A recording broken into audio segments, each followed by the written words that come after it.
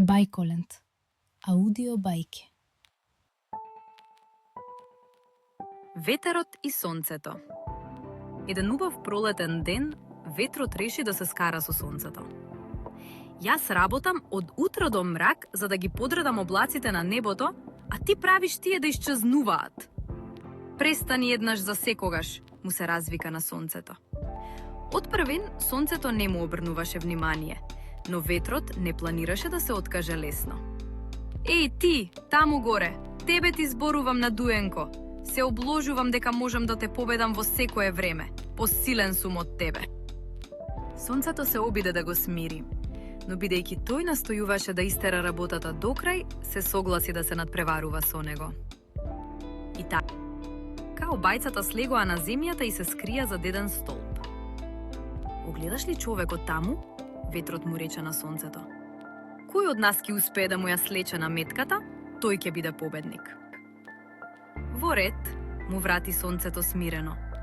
Но ветрот, кој беше вистински насилник, вресна. Јас ќе се обидам прв. Веднаш се наду и почна да дува кон човекот. Изненаден од ненадениот налет на студен ветар, кутриот човек побара за солниште во еден храм. Колку посилно дуваше ветрот, толку поцврсто човекот се завиткуваше во својата наметка. На крајот, сосема исцрпен, ветрот мораше да се откаже и се тргна настрана. Потоа му промрмори на сонцето. Ај да те видам ти што ќе направиш. Сонцето се намести високо на небото и почна да свети. Неговите зраци полека го затоплија воздухот толку многу, што човекот, погледнувајќи кон небото, извика. По тој ужасен ветар кој дуваше толку силно, се што ми треба сега е малку ова сонце милно. Потоа сонцето малку се премести и застана точно над плоштадот. Дотовер стана толку жешко, што човекот почна да си ја одврзува врвката на својата наметка, оставајќи си го едното рамо откриено. Охрабрено, сонцето грееше како да е јули, се додека човекот, облеан во пот, не си рече.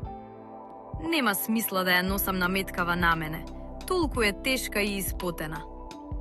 Па си ја слече наметката и отиде до фонтаната да се освежи. Тогаш, поразениот и налутен ветер одлета на неговото каде што собра колку што можеше повеќе облаци. Сонцето немаше ниту време, ниту желба да се перчи поради својата победа, па само му намигна. Сепак, пред да си продолжи по патот кон запад, се збогуваше со ветрот со овие зборови. Пријателе, повеќе нешта можеш да постигнеш со добро отколку насила. Ако сакате повторно да се дружиме во следната приказна, кажете им на мама или тато да се претплатат на каналот.